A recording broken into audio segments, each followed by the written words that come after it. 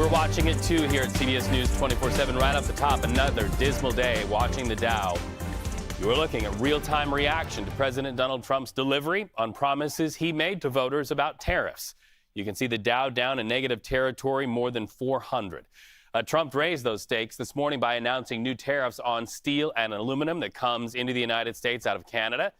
The president says those taxes could reach as high as 50% and will go into effect tomorrow. So we've got CBS News team coverage for you today. CBS News political director Fin Gomez.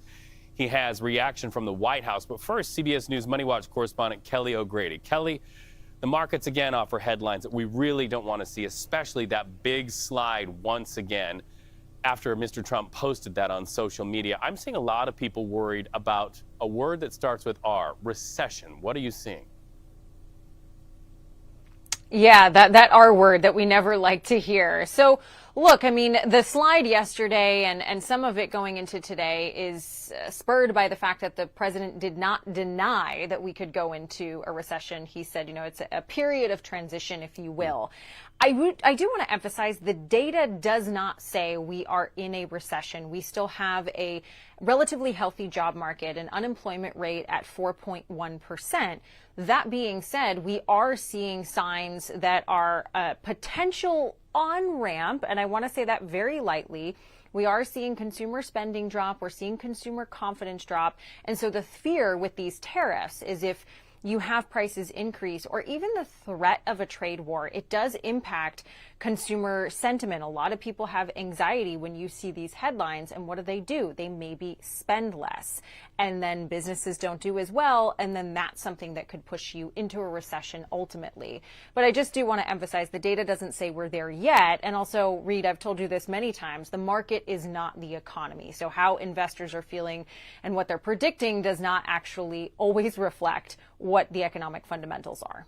Good to know. Kelly, stay with us because I want to bring in CBS News political director Fin Gomez right now. Trump listed a number of demands in that social media post. Walk us through that. Is this a done deal or does this need to come from an executive order? Look, in that social media post, we saw that he is essentially, this is in response, as you know, Reed, to the Ontario Premier saying that he would increase essentially his own reciprocal tariffs on that electricity that goes through those northern states. And I think what we're seeing right now is very Trumpian, Reed. He's hitting back in his own way and applying this tactical measure to really not back down against our neighbor to the north by implementing this increase to 50% on aluminum and steel. But it's something that it has, as you stated, has rattled the markets, has made investors skittish, as Kelly was just talking about, and I think this may not be the end of it. So look, later today he's speaking to business leaders. Many of those business leaders supported him, of course, in the 2024 election. His main theme, as you know, one of his main themes was fixing the economy, making it better, making the markets better, if you will, and politically, what are the effects here? How much damage does this cause as we see these big movements of fluidity in the market and volatility in the market? So I think that right now, I think it's sort of a wait and see approach to see what he does next. But if it's a tit for tat, I think you could expect more of that from the president and his administration as we go forward with this. Well, and I think, Finn, arguably what we can expect is in decades to come, classes will study this intersection of politics and the economy. I want to ask Kelly another question. Kelly, we saw a big slide in the market after Trump sent that social media post. Are we seeing another round of panic among investors as a result? Potentially. I think there's so much uncertainty when it comes to what's going to happen next. I mean, we were expecting a 25% tariff on all aluminum and steel, including that coming from Canada tomorrow. And now all of a sudden it's 50% from Canada. But I think also you're seeing investors flow that through. What does that mean for the consumer? And I'll just sort of highlight three different things. One, it could mean higher prices for things like home building, for things like cars. If you have higher prices prices, that could mean less business for businesses and for companies. And so that's sort of in the minds of investors. The second thing is when you flow those aluminum tariffs through to manufacturers who are buying these products in order to manufacture products. Tariffs are supposed to increase domestic manufacturing, but then their costs go up, which is also problematic as you sort of flow that through when they sell their products to businesses. And then finally, I want to emphasize a point that Finn made. This tit for tat, this 50% tariff that we are getting likely tomorrow on Canada on aluminum steel is in response to what the Ontario Premier Doug Ford did when it came to an export tax on electricity.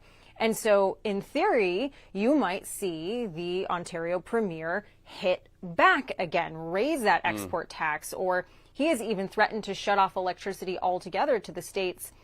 I believe it's New York, Michigan, and Minnesota that get electricity from Ontario. So you sort of put all of these things together, it means higher prices potentially for consumers, for businesses, and so much uncertainty. And that is why the market is just going like this right now, Reed. Right. They like to know how to plan. And if I'm in one of those three states and looking at my light switch, I'm hoping the lights stay on. Kelly, I have another question for Finn, and this is the last question for you, Finn. The president will be speaking at a business roundtable. It's a quarterly meeting today. What are you watching for there, given the headlines? Frankly, his first real public comments that we've seen on not only on what's happening in Wall Street, but the impact of tariffs and this ongoing trade war that we're currently in the midst of. We have seen a flurry of his social media posts overnight, over 100 since I think in a 24-hour period or less, including his vowing to buy a Tesla from in support of Elon Musk. We'll see if he does that today, as he said he was going to do. But I think it's really like what his first real comments that we have heard since over the weekend, where this really kicked off since his interview with Fox over not ruling out a possible, as Kelly said, that R word, recession. And I think that I think you've seen all this market volatility that we've seen, and I think it stems from that. So I think perhaps some efforts to calm consumers and efforts to calm the markets. But we'll see what he says. Again, he's doing this surrounded by business leaders who supported him and supported his platforms going into the November election of last year.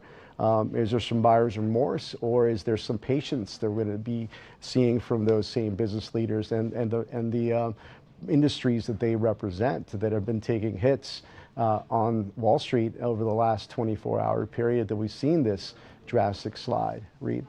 Well, and Finn, I'm thinking about what several Democrats said after the election, saying they feel like Republicans could very well have overplayed their hand. No doubt Democrats are watching this to see opportunities where they can maybe get a play-in or two. No, absolutely right. I actually spoke to a senior congressional Democratic lawmaker just yesterday who said that, that obviously they share the concern of what's happening on the economic front, but on the political side, they see an opening for them if this continues. There's been a lot that has been said about the lack of unity. You saw that sort of division during the joint address last week and how they responded to the president's address.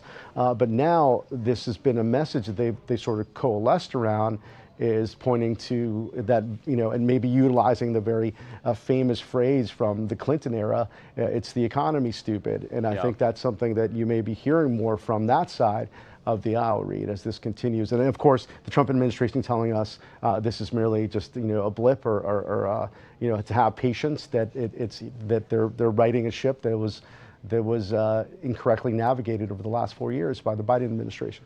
Question is, will it work? Our thanks to Fin Gomez, and also for Kelly O'Grady, who is watching this right now. You see there behind me on that monitor, Wall Street there, and how it's reacting. Thank you so much to both of you.